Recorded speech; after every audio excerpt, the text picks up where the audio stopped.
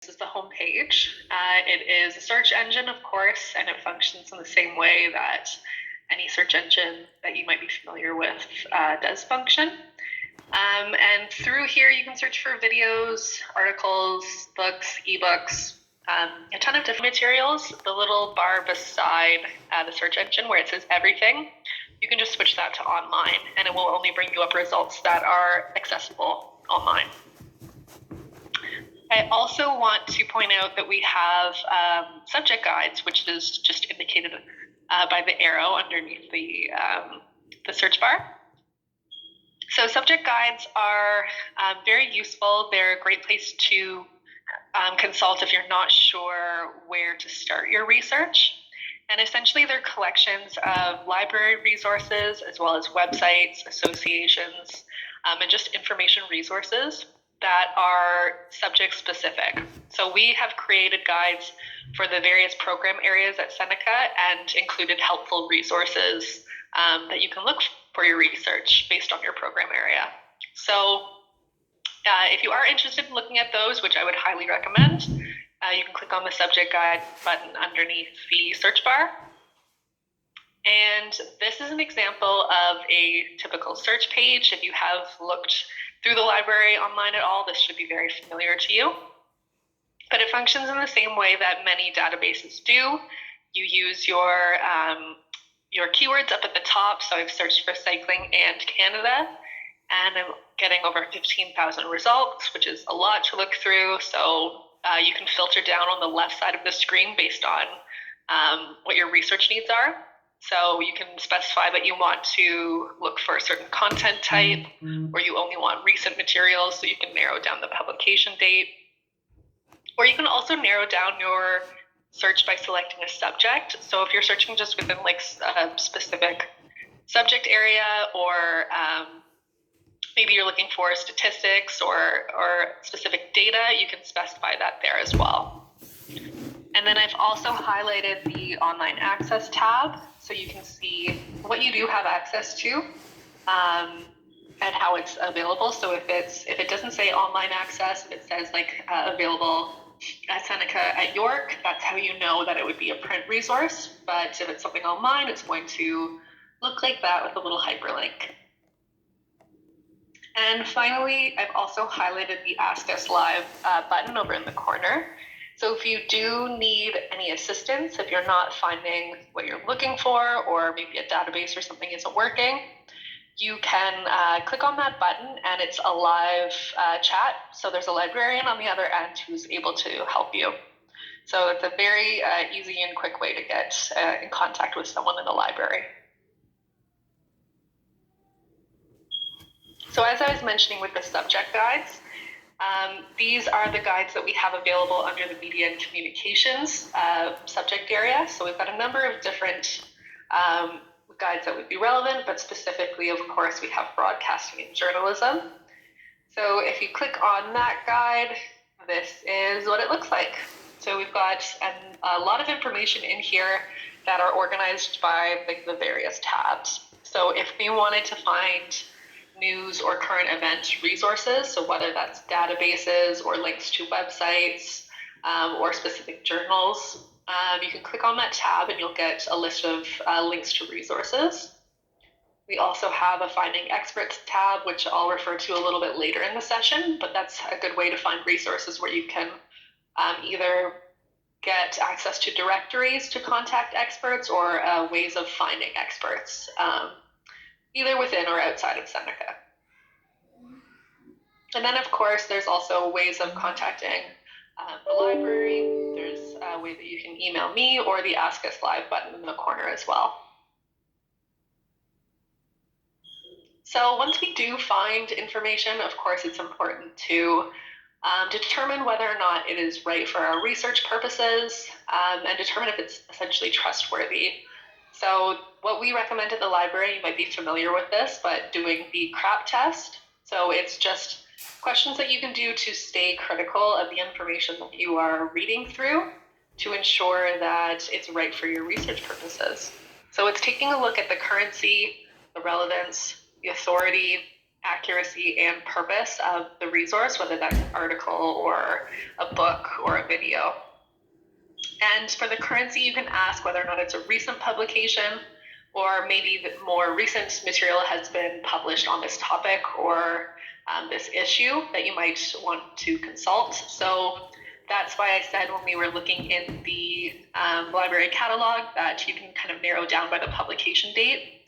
Usually it's a good idea to keep your sources within the last 5 or 10 years, depending on what you're researching, but just to ensure that you're looking at recent materials. As well, it's important to check the relevance. So is the resource you're looking at directly on topic? Is it commenting on your issue as a whole, or is it maybe just addressing something in part? Generally, we want to look for resources specifically for academic research that are directly speaking to the issue that we're researching. As well, you want to look at the authority of the author. So are they an expert on the topic? Do you trust them? Are they knowledgeable? Or is it just somebody who's commenting like on a blog, or someone who doesn't have the authority essentially to be commenting on this topic?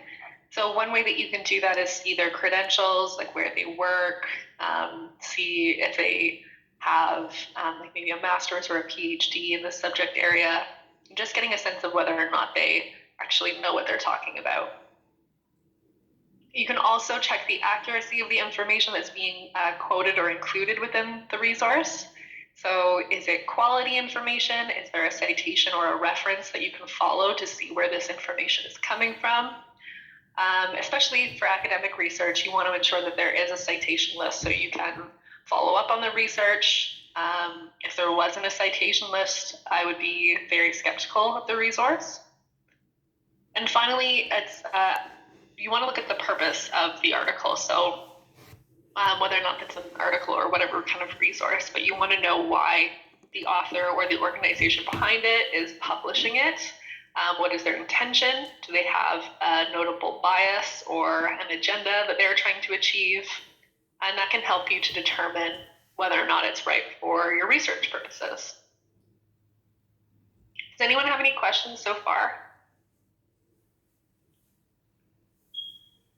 Okay, so moving right along. And next, I wanted to talk about primary sources. So these are firsthand pieces of information that are produced either directly by the researcher, or they are collected by a researcher or an organization, and there's not yet been any analysis or evaluation done on this. So it is usually in the form of like government documents, raw data, articles or reports that's original research by researchers. Could be interviews or artifacts or diaries. So anything that includes information collected, but it doesn't have the analysis done on it yet, and that would be where you would come in, because oftentimes these resources are rich with a story to tell that you might be the person who is able to kind of pull it in with other resources to figure out what the narrative is underneath it. And there's a lot of resources, as I was mentioning, both within Seneca Libraries as well as outside of Seneca Libraries, that are helpful to find this kind of information. So we do have a data and statistics guide, and this is a great resource, very similar to the subject guides I was showing you before, but it includes a lot of different links and resources where you can find either raw data or places to look for statistics, or just overviews of general topics. So you can see on the left side of the guide that there is aviation data resources, business data, geospatial data, and health population, as well as a variety of like different practices. So how you can research in open data and research data management. So this would be a good source to go to if you don't know where you could find specific kinds of data. This is going to give you a lot of links to look through to find various forms of information. And again, you can find it through the guides on the library website. Another place to look is Statistics Canada. And this is a great resource to be aware of if you haven't explored it yet, but it's the National Statistics Office, and it publishes unbiased information that has a lot of authority, and it includes information on socioeconomic data, and it helps Canadians essentially make informed decisions about things that they would need to as a citizen. So there's a lot of different features on Stats Canada. It includes the census, which we'll cover in a moment, but it also includes the daily, which is essentially highlighting some notable statistics or topics that are coming up.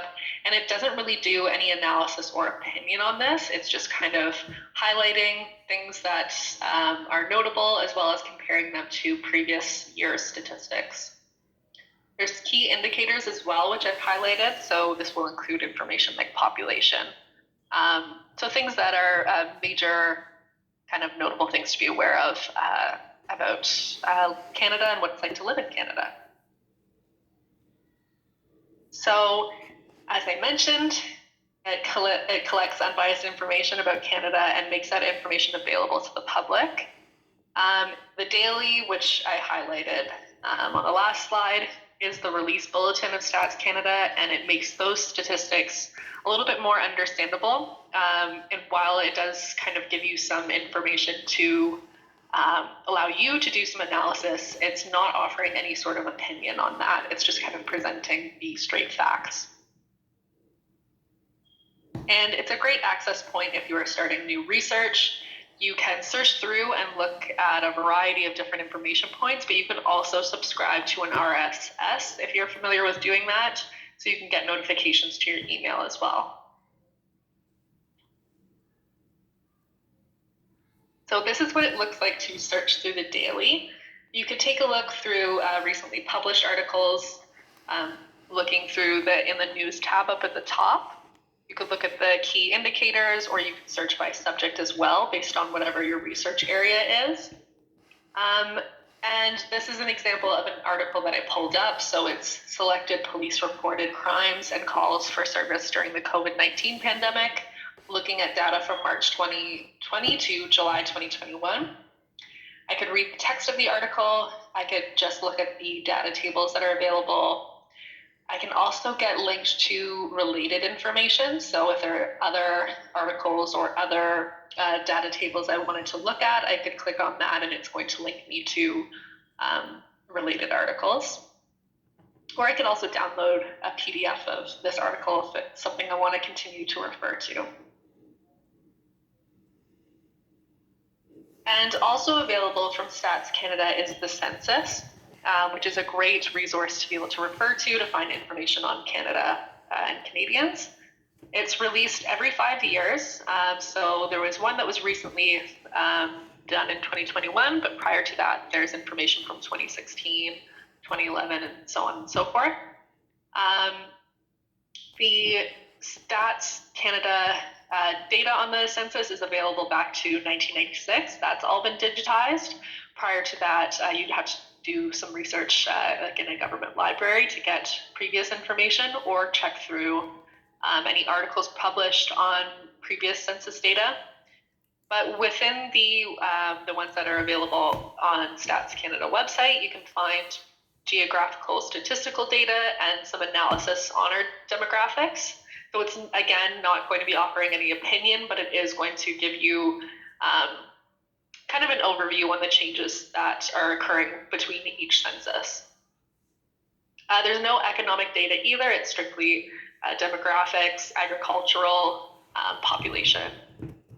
And the government uses the data that they collect through the census to plan the services around each area throughout Canada and determine the transfer payments and number of MPs that each area would require.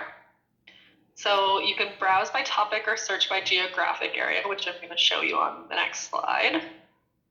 So we're still on Stats Canada website, but you can see under the census tab, I could click on that and it's going to give me an option to look at population, geography, or agriculture.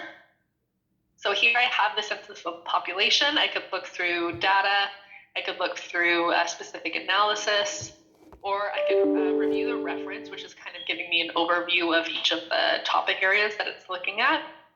And if I were to scroll down, I could see some of the key indicators, so that the top kind of stats that are important to be aware of. And from here, I'm looking at the census of population, and I'm looking through the key indicators by geography. So I could select from this drop-down menu where I want to search. I could look through like across Canada, or I could specify a certain province. And I can also look through the topics to see, okay, what am I interested in finding out? So the topics are very broad, which you can see below. Like I could look for information on age, or families, household, and marital status. And then it gets a little bit more specific as you look through the indicators. So for age, there's proportion of persons that are age 65 and under, or change of persons age 65 and over between 2016 and 2021. So how that data has changed from the previous census to the current census. And just get a sense of the changes that have gone on across the census data that we've collected. And you can also take a look at specific data tables. So there is a little bit of analysis included in some of these indicators, but you can also just view the straight data to get information from there.